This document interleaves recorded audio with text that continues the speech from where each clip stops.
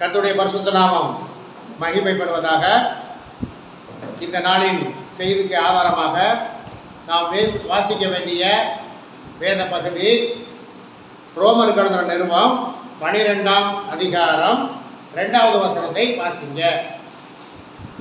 நீங்கள் இந்த பிரபஞ்சத்திற்கு ஒத்த வேஷம் தெரியாமல் தேவனுடைய நன்மையும் பிரியமும் பரிபூர்ணமான சித்தம் என்னதென்று பகுத்தறியத்தக்கதாக உங்கள் மனம் புதிதாகிறதுனாலே மறுரூபமாகுங்கள். நாம் வாசித்திருக்கிற இந்த திருவசனத்தின் மூலம் கர்த்தர் நம்மோடு பேசும்படியாக நம் மத்தியில் தம்பி சாலமோன் அவர்கள் செவிப்பார்கள். ஸ்தோத்திரமானவரே, ஸ்தோத்திர பிதாவே, ஸ்தோத்திர கர்த்தாவே, தகப்பனே, அப்பா ஏசப்பா, ஸ்தோத்திரமானவரே. இந்த வேத பகுதி ரோமர்கள் நிருபம் அப்பா தகப்பனே 12ஆம் அதிகாரம் 2வது வசனம் அப்பா தகப்பனே ஸ்தோத்திரமானவரே. இந்த வேத வாக்கியங்கள் இன்னைக்கு கொடுத்துருக்கீங்கயானவரே, இதன் மூலமாக கர்த்ததாமே நீ எங்களோட பேசணும், இடைப்படணும் கர்த்தாவே. கர்த்தாவே தகப்பனே, அதை நாங்கள் எங்கள் இதயத்தில் வைத்து காத்துக்கொண்டு அப்பா இதன்படியாக நாங்கள் நடந்து கர்த்தாவே உங்களை பரலோக ராஜ்யத்தை சுதந்திரிக்க எங்களுக்கு கிருபை பண்ண தரவின்படியாக ஜெபிக்கிறோம். அப்பா நாங்கள் மாத்திரமல்ல ஆண்டவரே, அப்பா இது ஆன்லைன் மூலமாக கேட்டுக்கொண்டிருக்க ஒவ்வொருவருக்கும் இந்த கிருபை வரலுக்கு தரவின்படியாக ஜெபிக்கிறோம். எல்லா துதி கன மகிமை யாவும் மக்கே செலுத்துகிறோம். மீட்பர் இயேசு கிறிஸ்துவின் நாமத்தினால் ஜெபிக்கிற ஜீவனுள்ள நல்ல பிதாவே, ஆமென். நாம் வாசித்த திருவசனம் ரோமர் எழுதின நிருபம் 12ஆம் அதிகாரம் 2வது வசனம் இப்படியாக சொல்லுகிறது, நீங்கள் இந்த உலகத்துக்கு ஒத்த வேஷம் தெரியாமல் என்ன செய்யணுமாமா கர்த்தருடைய பிள்ளைகள்? உலகத்துக்கு ஒத்த வேஷம் தெரியாமல் தேவனுடைய நன்மையும் பிரியமும் பரிபூர்ணமான சித்தம் என்னதென்று. நம்ம ஆவிக்குரிய வாழ்க்கையில பரிபூர்ணம் அடையணும். என்ன அடையணும்? பரிபூர்ணம் அடையணும். பரிபூர்ணமான சித்தம் என்னதென்று பகுத்தறியத்தக்கதாக. அப்ப என்ன செய்யணும்? வேஷம் தெரியாம பகுத்தறியணும். என்ன செய்யணும்? வேஷம் தரிக்கிறதுனால எந்த பிரயோஜனமும் இல்லை. அப்ப என்ன செய்யணும்? பகுத்தறியணும். என்ன பகுத்தறியணும்? பகுத்தறியணும் என்னன்னு தெரியுமா? பகுத்தறியறதுனா என்னன்னு தெரியுமா? நன்மை தீமை எது நன்மை? ஒரு காரியம் செய்ய போறோம், இது நன்மையா தீமையா பகுத்தறியணும்ல. ஒரு காரியத்தை செய்ய போறோம், அது நன்மையா தீமையான்னு பகுத்தறியணும்ல. சரி, எப்படி பகுத்தறியறது? எப்படி பகுத்தறியறது சொல்லுங்க. நன்மையா இருந்தா அது தேவனுக்கு பிரியமானது. தீமையா இருந்தா என்னது? அது தேவனுக்கு பிரியமில்லை. நீங்க இதுதான் பகுத்தறியணும். நீங்க செய்கிற ஒவ்வொரு காரியமா இருக்கிறத நீங்க என்ன செய்யணும்? பகுத்தறிஞ்சு பார்க்கணும். இந்த மாதிரி செய்ய போறோமே, இது கர்த்தருக்கு பிரியமா, அது கர்த்தருடைய வேதத்தின்படி சரியா, அது கர்த்தருக்கு பிரியமா இருக்குமா அப்படின்னு நீங்க என்ன செய்யணும்? பகுத்தறியத்தக்கதாக உங்கள் மனம் என்ன ஆகணும்? உங்கள் மனம் புதிதாகிறதுனாலே மறுரூபமாகுங்கள். இப்படி பேசிக்கிட்டு இருக்கும்போது ஒரு சகோதரன் சொன்னார், மனம் எங்கே இருக்குன்னு கேட்டார். மனம் எங்கே இருக்காமி அப்படின்னு கேட்டார். அவர் ஒரு கடவுள் மறுப்பு கொள்கையில் உள்ள ஒரு மனுஷன். மனம் எங்கே இருக்கு? இப்படி ஒருத்தர் கேட்குறாரு உங்கள்கிட்ட, மனசு எங்கே இருக்கு? மனசுன்றீங்கிற அது எங்கே இருக்கு காமினா என்ன செய்வீங்க? என்ன சொல்லுவீங்க?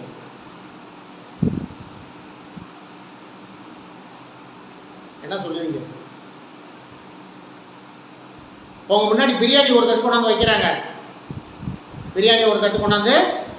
வைக்கிறாங்க. அதை சாப்பிடணுங்கிறது என்னது? உங்க மனசு இருந்தால் தான் அதை சாப்பிட முடியும், தெரியுமா? மனசுன்னா அப்ப என்னது? இருதயத்திலிருந்து தோன்றுகிற காரியம், அதுல விருப்பம், மனசு இருக்கணும். இருந்தாத்தான் இதான் மனசு. இதை புரிந்து கொள்ளாதவன் அவன் யார் இல்லை. அவன் இதை புரிந்து கொள்ளாதவன் யார் இல்லை, மனுஷனே இல்லை. ஏனென்று சொன்னால் தேவன் இல்லை என்று சொல்லுகிறவன் மதிகேடன். முதல்ல தேவன் இல்லை என்று சொல்லிட்டாவே அவன் யாரு? மதிகேடன். மனசே இல்லைன்னு சொல்றவன் அவன் யாரு? மனுஷனே இல்லை. அப்போ உங்க மனசு எதுல புதிதாகணும்? உங்க மனசு எதுல புதிதாகணும்? நீங்க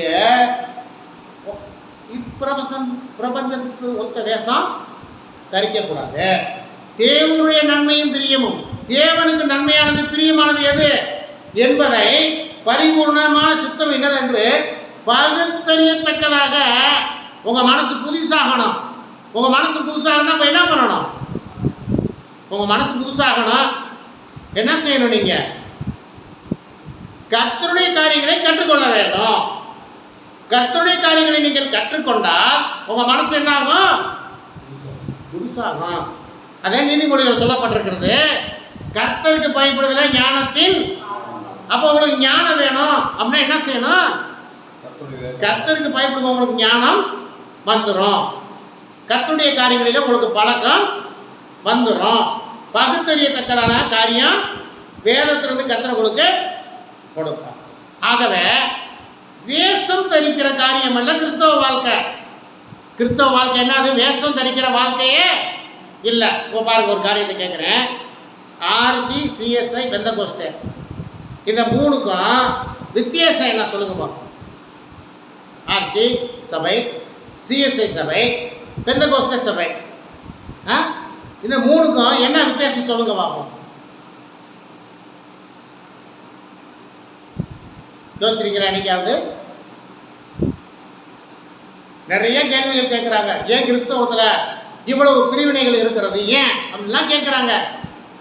இந்த மூணுக்கு என்ன வித்தியாசம் சொல்லுங்க பார்ப்போம். சிம்பிளான ஒரு விஷயம் சொல்லுங்க பார்ப்போம். ஆர்சி சபையில் மக்கள் என்ன பண்ணியிருப்பாங்க தெரியுமா? என்ன பண்ணியிருப்பாங்க? பொட்டு வச்சு இங்கே என்ன மேலே என்ன வச்சுருப்பாங்க? குங்குமமும் வச்சுருப்பாங்க, பொட்டு வச்சுருப்பாங்க. கண்டிப்பாக பொட்டு வச்சுருப்பாங்க, குங்குமமும் வச்சுருப்பாங்க. சரி, சிஎஸ்ஐக்காரங்க என்ன பண்ணுவாங்க? பொட்டு மட்டும் வைக்க மாட்டாங்க. என்ன வைக்க மாட்டாங்க? பொட்டு மட்டும் வைக்க மாட்டாங்க. எந்த கோஸ்காரவங்க எதுவுமே வைக்க மாட்டாங்க. எப்படி சொல்கிறீங்க? எந்த கோஸ்காரம் மட்டும்தான் உலகத்துக்கு ஒரு மாதிரியும் சபைக்கு ஒரு மாதிரியும். ஆர்சிக்காரன் பொட்டு வச்சிருப்பேன், பொட்டு வச்சிருப்பாங்க. சிஎஸ்ஐக்காரங்க பொட்டு வைக்க மாட்டாங்க. பெந்தகோஸ்காரன் வந்து என்ன பண்ணுவாங்க? லிப்டிக் போட்டுக்குவாங்க. என்ன போட்டுக்குவாங்க? சபையில் ஒரு மாதிரி இருப்பாங்க, வெளியில் ஒரு மாதிரி இருப்பாங்க. இதுக்கு பேர் தான் என்னது? இதுக்கு பேர் தான் என்னது? உலகத்துக்கு ஒத்த வேஷம் தரிக்கிறது. சபைக்கு வந்தால் ஒரு மாதிரி ட்ரெஸ் போட்டு வர்றது, வெளியில் போனால் ஒரு மாதிரி ட்ரெஸ் போட்டு போகிறது. இதுக்கு பேர் என்னது? உலகத்துக்கு ஒத்த வேஷம் தரிக்கிறது. சபைக்கு வந்தால் எல்லாத்தையும் கட்டிட்டு வச்சுட்டு வந்துடுறது. காதில், கழுத்தில், மூக்கில் இருக்கிற எல்லாத்தையும் கட்டி வீட்டில் வச்சுட்டு வந்துடுறது. எங்கே வந்தா? சபைக்கு வந்தா. வெளியில் போனால், விசேஷத்துக்கு போனால் எல்லாம் தூக்கி மாட்டிட்டு போயிடுறது. இதுக்கு பேர் என்ன? இதுக்கு பேர் என்ன? இதுதான் வேஷம் போடுறது. இந்த வேஷம் போடுறதுனால என்ன பிரயோஜனம்? இந்த வேஷம் போடுறதுனால யாரை ஏமாத்துறோம்? யாரை ஏமாத்துறோம்? தன்னைத்தானே ஏமாத்திக்கிறோம். தெரியுதாப்பா? 3 சபைக்கு என்ன வித்தியாசம் தெரியுதா? அப்போ நீங்கள் கேட்கலாம், அப்போ மற்ற சபையெல்லாம் இருக்கே அப்படின்னு கேட்டிங்கன்னாக்கா நீங்கள் அதில் பகுத்து பிரிச்சிடலாம். டிஎல்சி, சிஎஸ்ஐஏ, ஆங்கிலிக்கன், இந்த மாதிரி சில பிரிவுலாம் இருக்குது. இதெல்லாம் சிஎஸ்ஐ சேர்ந்தது. புரிஞ்சுக்கிட்டீங்களா? அப்புறம் ஆர்சி, அவங்க தனியாக அவங்களுக்கு சொல்லி ஒரு போதனை. அது கிறிஸ்தவ போதனை இல்லை, அது என்ன போதனை? அது என்ன போதனை? கிறிஸ்தவத்தை கைகொள்ளாமல் போதிக்கிற போதனை. இது என்ன போதனை? மனித உபதேசம். அப்புறம் பெந்தகோஸ்தே சபை. இந்த பெந்தகோஸ்தே சபைக்குள்ளதான் பல குழப்பம்.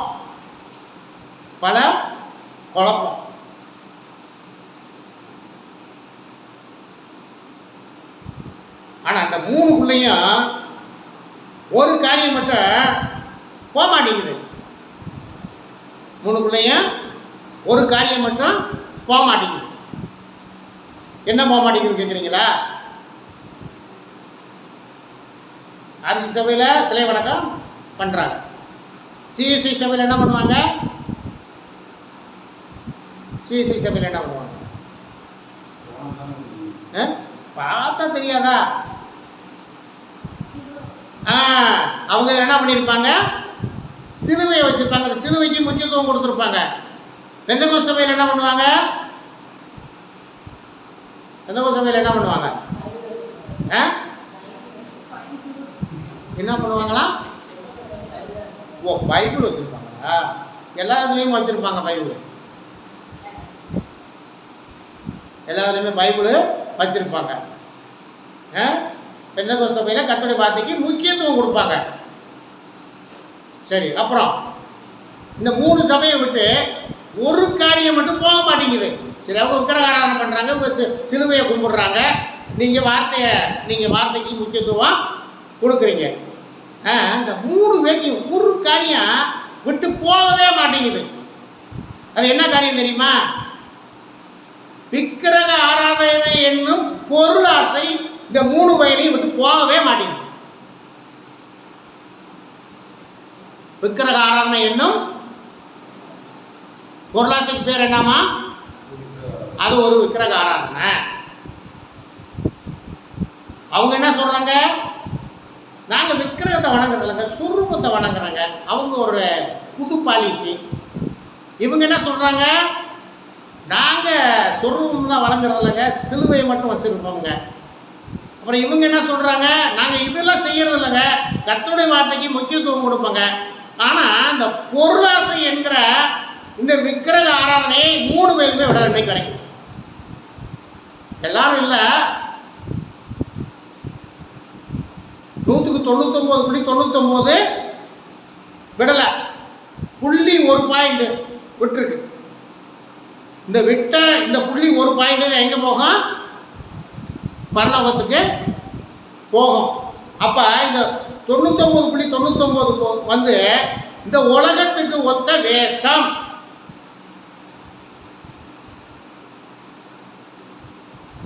ஏன் விட மாட்டேன் அப்படி சொல்லவா? கிறிஸ்து சபைக்கு என்னவா இருக்காரா? நீங்களெல்லாம் அவயங்களா இருக்கீங்க. இப்போ இந்த கையில் அடிபட்டுச்சுனாக்க, இந்த கை என்ன செய்யும்? இந்த கையில் அடிபட்டுருச்சுங்க. இந்த கையில் அடிபட இந்த கை என்ன பண்ணும்? இந்த கைக்கு உதவி பண்ணணுமா இல்லையா?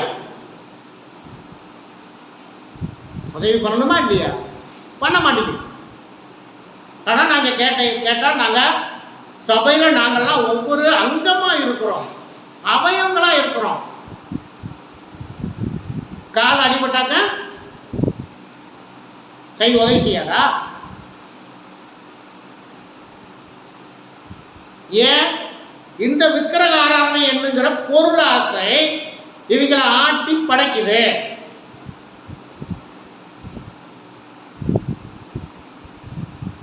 கத்தோலிக்க சபை பெரிய பெரிய ஆலயங்களை கட்டுறாங்க, சிஎஸ்ஐக்காரங்க என்ன பண்ணுறாங்க? பெரிய பெரிய ஆலயங்களை கட்டுறாங்க. பெந்தகோஸ்தேக்காரங்க என்ன பண்ணுறாங்க? சொல்லுங்க, பெந்தகோஸ்தேக்காரங்க என்ன பண்ணுறாங்க? அவங்களும் பெரிய பெரிய ஆலயங்களை கட்டுகிறார்கள். எதுக்குன்னு கேட்குறேன். அந்த கட்டடம் பரலோகத்துக்கு போகுமா? அந்த கட்டடம் பரலோகத்துக்கு போகுமா?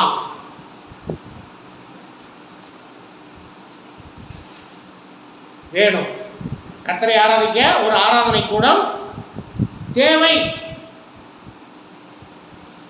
ஆனால் அந்த ஆராதனை கூடத்தை நம்ம உட்காந்து கர்த்தரை தொழுது கொள்வதற்கு தக்கதாக ஒரு 10 லட்சத்தில் கட்டலாம்னா 1 கோடி ரூபாய்க்கு கட்டுற. இடத்தை வச்சு கட்டுற, இடத்தை வச்சு கட்டுற. பூரம் பலிக்கு கல், அலங்காரம். இப்போ பரலோகத்துக்கு போக போகிறது எது? பரலோகத்துக்கு போக போகிறது எது? சபைனா யாரு? சபைனா எது? சொல்லுங்க, சபைனா எது? தெரியலையா? நம்ம தான் சபை. இந்த சபைக்கு கிறிஸ்து தலைவராக இருக்கிறார். நம்மெல்லாம் என்னவா இருக்கிறோம்? அவயங்களா இருக்குங்கல்ல. அப்ப நம்ம தானே சபை. அப்ப சபையா இருக்கிறவனுக்கு என்ன உதவி செய்யற? நீயே என்ன உதவி செய்து? ஊழியக்காரன் முதல்ல முன்மாதிரியா இல்லை. மாடி மேல மாடியை கட்டுறேன், கார் மேல கார் வாங்குறேன். விசுவாசி அப்படியே இருக்கிறான். இது நடந்துகிட்டு இருக்குங்க. இன்னைக்கு அநேகர் மனம் திரும்பாம போறதுக்கு காரணம் இதுதான். வசனம் என்ன சொல்லுது? ஒரு பசியா இருந்தாலும் அவனுக்கு என்ன கொடு? ஆகாரம் கொடுன்னு சொல்லுதுல. கொடுக்குறாங்களா? வஸ்திரம்ல இருந்து அவனுக்கு என்ன கொடுக்கணுமாமா? கொடுக்குறாங்களா? அப்ப சபை சபை சபை சபைன்னு எது? ஒரு கட்டடத்தை நீ சபை சபை சொல்லி கொண்டிருந்தா நீ எப்ப உலகத்துக்கு ஒத்த வேஷம் தரிக்கிறிய ஒழிய வேத வசனத்தை நிறைவேற்றுகிறவனாக இல்லை. அப்ப என்ன செய்யணும்? கர்த்தருடைய பிள்ளைகள் என்ன செய்யணும்? என்ன செய்யணும் கர்த்தருடைய பிள்ளைகள்? அது யாராக இருந்தாலும் பசி என்று வந்தால் அவர்களுக்கு என்ன கொடுக்கணும்? போஜனம் கொடுக்கணும். வஸ்திரம் இல்லாமல் இருக்கிறவங்களுக்கு என்ன பண்ணணும்? வஸ்திரம் கொடுக்கணும். சபையிலே குறைவு இருக்கிறவனுக்கு என்ன செய்யணும்? உதவி செய்யணும். இதெல்லாம் நடக்குதா இன்னைக்கு? இதெல்லாம் இருக்குதா சபையில்? யோசிப்பா. அப்போ சும்மா நாங்களே போவோம்னா நீ கர்த்தருடைய வார்த்தையை நிறைவேற்றாத நீ எப்படி பரலோகத்துக்கு போக முடியும்? கடந்த ஞாயிற்றுக்கிழமை ஒரு காரியம் செஞ்சாங்க தெரியுமா என்னான்ட்டு? கிறிஸ்தவர் மத்தியில் ஒரு காரியத்தை செஞ்சாங்க தெரியுமா என்னான்ட்டு? போன வாரம் ஞாயிற்றுக்கிழமை என்ன? கல்றதில்ல, நம்ம செய்யல. என்னவா? கல்ற திருவிழா. கல்றையில் ஒரு திருவிழா. அது ஆட்சிக்காரங்களும் செய்வாங்க, சிஎஸ்ஐக்காரங்களும் செய்வாங்க. கடையெல்லாம் சுத்தம் பண்ணி இடையெல்லாம் அவர் என்ன விரும்புவாரோ அதெல்லாம் வாங்கி கொண்டு போய் அங்கே வச்சு பத்தி மாலையெல்லாம் போட்டு அந்த அவர் திங்கிறத வாங்கி கொண்டு வச்சுட்டு சாமி கும்பிட்டு வருவாங்க. கல்றையில் சாமி கும்பிட்டு வருவாங்க. இடம் கல்றதுக்கலாம். சரி, ரைட்டு, முன்னோர்களை நீ நினைக்கிறன்னு கூட வச்சுக்குவோமே. இங்க இந்த புதைக்கிற இடத்துல ஜாதி பாகுபாடை வைத்திருக்கிறியே, நீ எப்படி பரலோகத்துக்கு போவ? இந்த புதைக்கிற இடத்துல என்ன வச்சிருக்கிறான்? ஜாதி பாகுபாடை வைத்திருக்கிறான். அப்ப நீ எந்த பரலோகத்துக்கு போவா? அவன் எந்த பரலோகத்துக்கு போவேன்? தனித்தனியா இருக்கா? இந்த எங்கள் வீட்டுக்காரம்மா ஊர், சொந்த ஊரில் பார்த்தீங்கன்னாங்க சிகிச்சைக்காரங்களுக்கு தனியாக கல்ற, ஆர்சிக்காரங்களுக்கு தனியாக கல்லறை, அப்புறம் கொஞ்சம் அதுக்கு கீழே உள்ள ஆட்களுக்கு அவங்களுக்கு தனியாக கல்லறை. எங்கே போவீங்க நீங்கள்? புதைக்கிற இடத்துல கூட வந்து சபை பாகுபாடும் ஜாதி பாகுபாடும் இருக்கும்போது நீ பரலோகத்துக்கு எப்படி போவ? இதில் ஒரு திருவிழா வேற. அதில் நீ அந்த சபையை சேர்ந்தவங்க நாங்கள் இங்கே புதைக்கிறதுக்கு இடம் கொடுக்க மாட்டோம். இருக்கா இல்லையா இன்னைக்கு வரைக்கும்? அப்புறம் என்ன இப்போ என்ன கிறிஸ்தவம் எதில் இருக்குது? கிறிஸ்தவம் எதில் இருக்குது? இந்த உலகத்துக்கு ஒத்த வேஷம் தரிக்கிற கிறிஸ்தவமாக இருக்குது. சரி, கர்த்தருக்கு ஸ்தோத்திரம். ஒருத்தர் பிரசங்கம் பண்ணுறாரு, ஒருத்தர் பயங்கரமாக பேசிக்கிட்டு இருக்காரு. பார்த்தா எப்படி இருக்காரு ஆளு? நல்லா பாய் மாதிரி இருக்காரு. நல்லா இயேசு கிறிஸ்துவை பற்றி பேசிக்கிட்டு இருக்காரு. பரவாயில்ல, ஒரு முஸ்லீம் வந்துட்டு இயேசு கிறிஸ்துவ இவ்வளோ அழகாக பிரசங்கம் பண்ணுறாரு. பார்த்தா கீழே பார்த்தா அவர் யார்? ஒரு ஊழியக்காரர், ஒரு பாஸ்டர், ஒரு ரெவரண்டு. அவர் எப்படி இருக்கிறாரு? அவருடைய தாடி மீசம் எப்படி இருக்கிறது? ஒரு முகமதியர் போல இருக்கிறார். அது அவருடைய ட்ரேட்மார்க் போல இருக்கு, அவருடைய அடையாளம் போல இருக்கு. என்ன வேஷம்!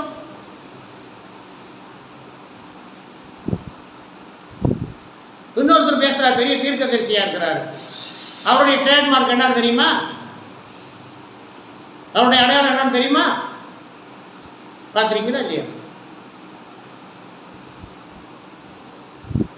நல்லா இங்கே மட்டும் செதுக்கி வச்சிருப்பார். அது அவருடைய அடையாளம். இதுல என்ன? இதனால என்ன மேன்மை? இதனால என்ன பிரயோஜனம்? இதுல உலகத்துக்கு ஒத்த வேஷம் தரிக்கிறது. நீ கிறிஸ்துவை மேன்மைப்படுத்துகிறாயா அல்லது உன்னை மேன்மைப்படுத்துகிறாயா? ஒரு ஊழியக்காரனா இருக்கட்டும், ரெவரண்டா இருக்கட்டும், பாஸ்டரா கூட இருக்கட்டும், நீ விசுவாசியார் யாரா வேணாலும், நீ யாரை மேன்மைப்படுத்தணும்? கிறிஸ்துவை மேன்மைப்படுத்தணும், அவருடைய வார்த்தையை மேன்மைப்படுத்தணும்.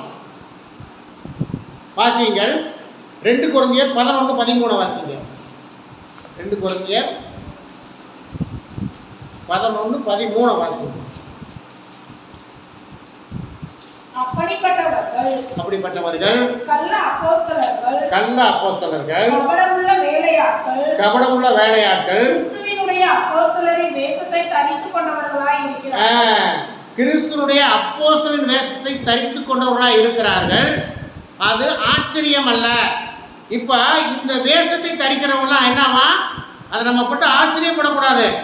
அதுக்கீழே வாசிங்க. சாத்தானும் ஒளியின் தூதனுடைய வேஷத்தை தரித்துக் கொள்ளுவானே.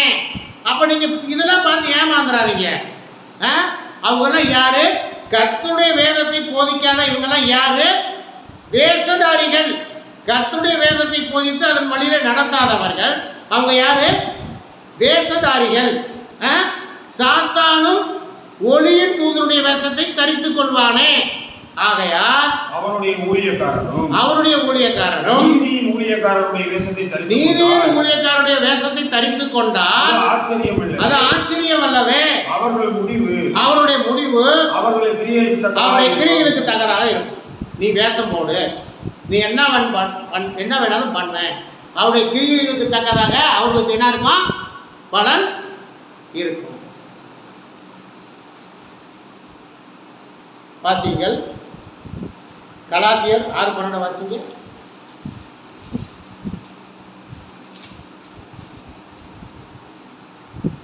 உங்களை கலக்குகிறவர்கள். கலாத்தியர் 6:12 மாம்சத்தின்படி நல்ல வேஷமாக காணப்பட விரும்புகிறவர்கள் எவர்களோ அவர்கள் தாங்கள் கிறிஸ்துவினுடைய சிலுவை நிமித்தம் துன்பப்படாதபடிக்கு அவங்களுக்கு துன்பப்படக்கூடாது. கிறிஸ்தவ வாழ்க்கை என்பது துன்பப்படக்கூடாது. நான் வேஷம் தரிக்கணும், நான் வேஷதாரியா இருக்கணும், துன்பம்லாம் படவே கூடாது. உங்களை விருத்த சேதனம் பண்ணிக்கொள்ள கட்டாயம் பண்ணுகிறார்கள். விருத்த சேதனம் போதும், அது வேற ஒரு காரியத்துக்குள்ள போயிடும். அப்ப வேஷம் தரிக்கிறவர்களாக கிறிஸ்தவர்கள் இருக்கக்கூடாது. வாசிங்கள் 2 தீமோத்தேயு 3:1 வாசிங்க. 2 தீமோத்தேயு 3:1 வாசிங்க.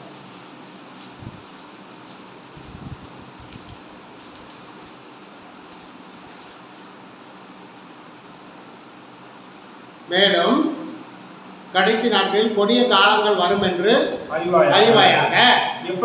எப்படி எனில் மனுஷர்கள் தற்பிரியராயும், மனுஷர்கள் வந்து தற்பிரியராயும், பணப்பிரியராயும்,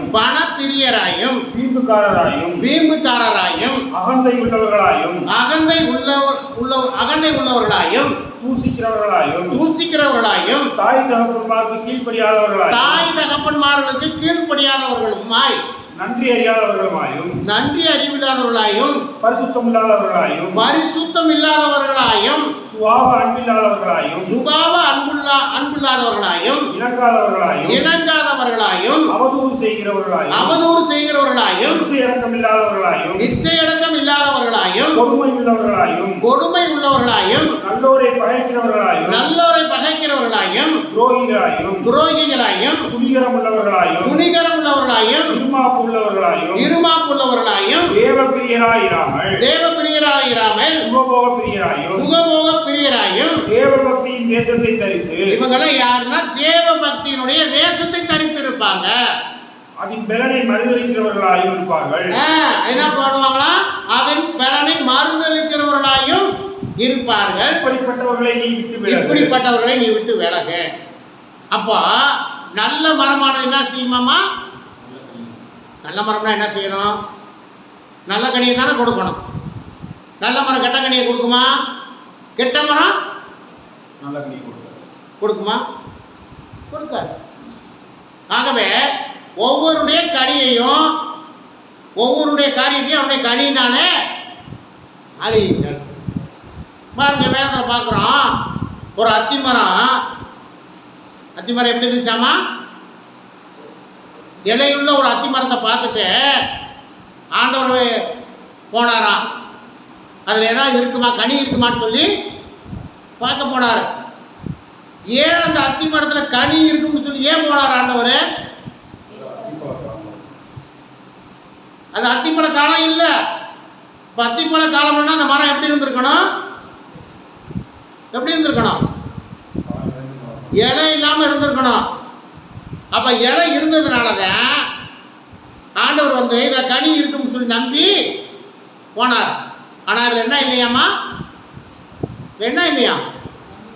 கனி இல்லை. அப்போ கனி கொடுக்கிறது போல, அந்த அத்தி மரத்தை போல கிறிஸ்தவ வாழ்க்கை வேஷம் போடுகிற ஒரு வாழ்க்கையாக இருக்கக்கூடாது. அப்போ என்ன செய்யணும்? உண்மையிலே கனி கொடுக்கிறவர்களாக நம்ம இருக்கணும்.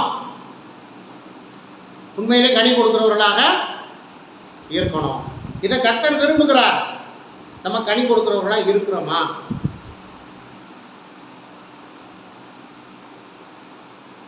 கர்த்தர் ஸ்தோத்திரம். வாசியுங்கள். ஒரு சில காரியங்கள் சீக்கிரமாக முடிச்சிடுவோம். வேஷம் போட்டு மாட்டிக்கொண்டார் அல்லது மடிந்து போன ஒரு சில வேதம்னு சொல்லுவாங்க. வேஷம் போட்டு போய் மாட்டிக்கிட்டேன், வேஷம் போட்டு மறிந்து போன ஒரு சில நபர்களை வேதாகமத்தில் சொல்லுவோம்.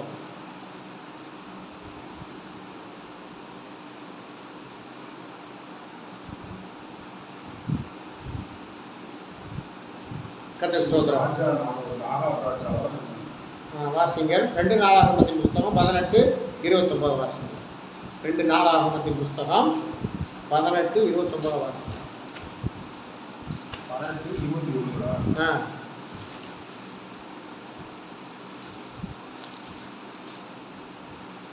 அப்பொழுது அது நான் போய் அவருடைய தீர்க்கதரிசிகளை எல்லாரிலும் வாயும் பொய்யின் ஆவியாய் இருப்பேன் என்றது.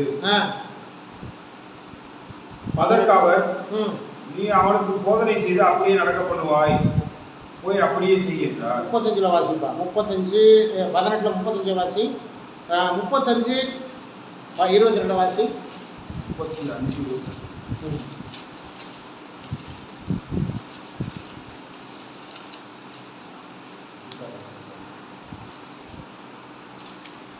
ஆனாலும் யோசியா தன் முகத்தை அவனை விட்டு திருப்பாமலும், யெகோவா சொன்ன தேவனுடைய வாயின் வார்த்தைகளுக்கு செவிகொடாமலும் அவனுடைய யுத்தம் பண்ண வேஷம் மாறி. யாரு இந்த ராஜா? யாரு? வேற என்ன? யோசியா ராஜா என்ன பண்ணுன? வேஷம் மாதிரி மெகிதோவின் பள்ளத்தாக்கிலே யுத்தம் பண்ணுகிறதற்கு வந்தான். ஆ, வில் வீரர் யோசியா ராஜாவின் மேல் அம்பு எய்தார்கள். ஆ, அப்பொழுது ராஜா தன் ஊழியக்காரரை நோக்கி, ஆ. என்னை அப்புறம் கொண்டு போங்கள், ஆ. எனக்கு கொடியம் காயப்பட்டது என்றான். இப்ப பாருங்க, வேஷம் மாதிரி போடுறதுனால நமக்கு என்னாச்சு? யுத்தத்துல இறந்து போயிடுது. அப்ப வேஷம் போடக்கூடாது. கிறிஸ்தவ வாழ்க்கை என்ன பண்ணக்கூடாது? வேஷம் போடுற வாழ்க்கையா இருக்கக்கூடாது. வேஷம் போட்டா இப்படித்தான் நடக்கும். இன்னொருத்தர் வேஷம் போட்டார். சவுல் ராஜா வேஷம் போட்டு யார்கிட்ட போனாரு? அங்கனம் பார்க்கிற ஒரு பெண்ணுக்கிட்ட போனார். அஞ்சனம் பார்க்கிற ஒரு பெண்ணுக்கிட்ட போனார். அவருடைய வாழ்க்கை என்ன தெரியுமா? அவரும் யுத்தத்திலே மடிந்து போனார். ஆகவே வேஷம் போடுகிற காரியமா இருக்கக்கூடாது. கிறிஸ்தவ வாழ்க்கை நீங்க சபையில இருந்தாலும் சரி, வெளியில இருந்தாலும் நம்ம வந்து எப்பவும் ஒரு மாதிரி இருக்கணும். உலக மக்களை பார்த்தா ஒரு மாதிரி பேசணும், சபை மக்களை பார்த்தா ஒரு மாதிரி பேசணும். அப்படின்னா இருக்கக்கூடாது. நீங்க யாரை பார்த்தாலும் நாம் யார் என்பதை அவர்களுக்கு நிரூபிக்கிறவர்களாக இருக்க வேண்டும். ஆகவே கர்த்தருக்குள்ள இந்த மாதிரி காரியங்கள்ல ஜாக்கிரதையா இருக்கணும். சங்கீதம் 39:6 வாசித்து நம்ம முடிக்க போறோம். சங்கீதம் 39:6. வேகமாகவே மனுஷன் திரிகிறான். மனுஷன் என்ன செய்யறானாமா? வேஷமாகவே மனுஷன் திரிகிறான். விருதாவாகவே சஞ்சலப்படுகிறான். ஆஸ்தியை வேஷமாகவே மனுஷன் திரிகிறான், விருதாவாகவே சஞ்சலப்படுகிறான், ஆஸ்தியை சேர்க்கிறான், யார் அதை வாரிக்கொள்வான் என்று அறியா. அப்போ வேஷம் போடுறது கூட எதுக்கு? வேஷம் போடுறது எதுக்கு? ஆஸ்தியை சேர்க்கிறது. ஆஸ்தியை சேர்த்து என்ன பண்றது? அதை யார் வாரி கொண்டு போவான்னு யாருக்குமே தெரியாது. இப்போ தமிழ்நாட்டு ஆண்ட ஒரு முதலமைச்சர் அந்த அம்மா இருந்தாங்க. என்ன செஞ்சாங்க? கோடிக்கணக்கில் சம்பாதிச்சாங்க. இன்னைக்கு அதை யாரு வாரி கொண்டு போனது? யாரு? பல பேர் வாரிட்டு போயிட்டான். 50 கோடி சொல்றாங்க. அப்போ வேஷமாகவே திரிகிறான். மனுஷன் வந்து எப்பவுமே எப்படி இருக்கான்? வேஷமாகவே திரிகிறான், விருதாவாகவே சஞ்சலப்படுகிறான். யார் அதை ஆஸ்தியை சேர்க்கிறார், யார் அதை வாரிக்கொள்வான் என்று அறியான். ஆகவே கர்த்தருடைய பிள்ளைகளை நம்ம வந்து எப்படி இருக்கக்கூடாது? வேஷதாரிகளாக இந்த உலகத்துக்கு ஒத்த வேஷம் தெரியாமல் கர்த்தருக்கு பிரியமாய் எங்கும் எல்லா இடத்துலையும், சபையிலையும் சரி வெளியிலையும் சரி, எப்பொழுதும் நாம் ஒரே மாதிரியாக கர்த்தருக்கென்று கனி கொடுக்கிறவர்களாக, மற்றவர்களுக்கு உதவி செய்கிறவர்களாக நாம் காணப்படுவோம். கர்த்தர் நம்மை ஆசீர்வதிப்போம். கர்த்தருடைய சமூகத்தில் நம்மை தாழ்த்துவோம். நாம் ஜெபிப்போம். அன்பின் பரலோக பிதாவே, இந்த வேலைக்காய் நாங்கள் நன்றி செலுத்துகிறோம். இந்த நாளில் கூட கர்த்தாவே, வேஷமாக ஒரு கிறிஸ்தவன் வாழக்கூடாது என்பதை குறித்து உங்கள் சத்திய வேதாகமத்திலிருந்து அநேக சாட்சிகளை கொண்டு, அநேக வேத வசனங்களை கொண்டு நாங்கள் பார்த்திருக்கிறோம். கேட்ட உங்களுடைய பிள்ளைகளாகிய நாங்கள் வேஷம் தரிக்கிறவர்களாக காணப்படாமல் உண்மை உள்ள உத்தமமும் உள்ள கிறிஸ்தவர்களாய் காணப்பட உதவி செய்யுங்க. உங்களுக்கு நல்ல கனிகளை கொடுத்து உங்கள் வருகைக்கு ஆயத்தப்பட எங்களுக்கு உதவி செய்யுங்க. எங்களை காத்து கொடுங்க, வழி நடத்துங்க. இயேசு கிறிஸ்துவின் நாமத்தினால செபிக்கிறோம் எங்கள் ஜீவன் உள்ள நல்ல பிதாவே, ஆமென். என் ஆத்மாவே கர்த்தரை ஸ்தோத்திரி, என் முழு உள்ளமையோட பரிசுத்த நாமத்தை ஸ்தோத்திரி. என் ஆத்மாவே கர்த்தரை ஸ்தோத்திரி, கர்த்தர் சகல உபகாரங்களையும் மறவாதே, ஆமென். நம்முடைய பிதாவாகிய தேவனுடைய அன்பும் கர்த்தராகிய இயேசு கிறிஸ்துவின் கிருபையும் பரிசுத்த ஆவியாருடைய அந்யோன்யமும் கர்த்தரை தொழுது கொண்ட கர்த்தருடைய பிள்ளையை நம்மோடும் உலகத்தில் உள்ள எல்லா பரிசுத்தவான்களோடும் என்றும் என்றும் சதா காலம் நிலைத்திருப்பதாக, ஆமென். அல்லேலூயா, அல்லேலூயா, அல்லேலூயா. கர்த்தர் நம்மை நிறைவே ஆசீர்வதிப்பாராக. கர்த்தருக்கு ஸ்தோத்திரம்.